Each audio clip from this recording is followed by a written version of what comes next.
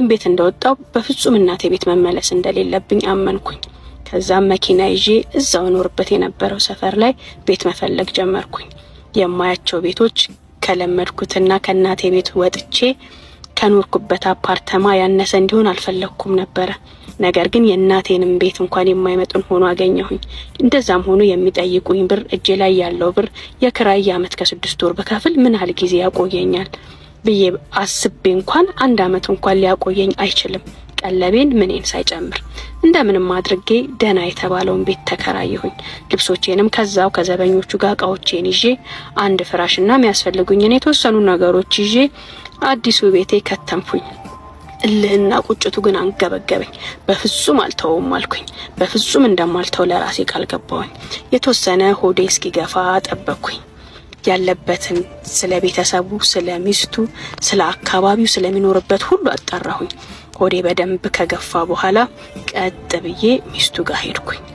ሚስቱ ጋር በበር አንኳኩቼ ቤታቸው እንደደረስኩኝ ስራ ይወጣል ብዬ በማስብበት ሰዓትና ቀን ነበር ሄድኩት። በስነ ስርዓት በጣም ትሁት፣ በጣም ደስ የምትል ደርባባ ሴት ናት። በስነ ስርዓት ሰላም ብላ ተቀበለችኝ። እቤት እንደገባም ጋበዘችኝ። ወይዬ ምን ነበር አለችኝ። እንዴት እንደምነግርሽ አላቅም። ጥፋት አጥፍቼብሻለሁ፣ በድዬሻለሁ። ነገር ግን አንቺም ሴት ነሽና ትረጅኛለሽ። አንድ ነገር ልነግርሽ እፈልጋለሁ አልኳት። ምንድነው አለችኝ። ከባልሽ ጋር ግንኙነት ነበረኝ። ባልሽ እንደዚህ አድርጉኝ አላቅም ብሎ ጠፍቷል አልኳት። እሺ አለችኝ። አይ በቃ አላቅሽም ብሎ ጠፋ። ልጁን እንዳስወረደው ነግሮኝ ነበር። ነገር ግን ልጁን ማስወረድበት ጊዜ አለፈ። አሁን ምንም ማድረግ አልቻልኩም። ዞሮ ዞሮ ዘሩ ነው፣ አልተወውም። በህግም ቢሆን እጠይቀዋለሁ። ቀድሞ ግን አንቺን ልንገርሽ ብዬ ነው አልኳት። ፈገግ አለችና አይ ባሌ እንኳን እንደዚህ የሚያደርግ ሰው አይደለም። ቤታችንን ለመበጥበጥ ፈልገሽ ከሆነ የፈለገሽን ማረክ ትቻለሽ። ባሌን አምነዋለሁ፣ እተማመንበታለሁ። ገንዘብ ወይ ሌላ ነገር ፈልገሽ ከሆነ በቀጥታ ንገሪኝ አለችኝ። በጣም ተረጋግታ ነበር።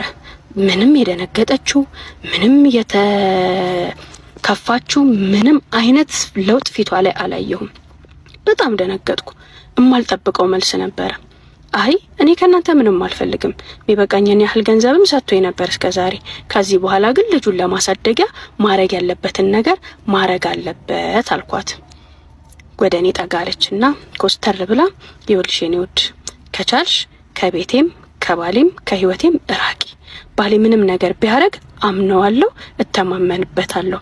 አንቺ ነገርሽኝ ብዬ ከሱ ጋር አልጣላም። ቢያደርገው እንኳን አንቺን ከህይወቴ ያስወጣለሁኝ እንጂ እሱን ከህይወቴ አላስወጣም። እሱን አዛ አድርጌ ወደ አንቺ እንዲመጣ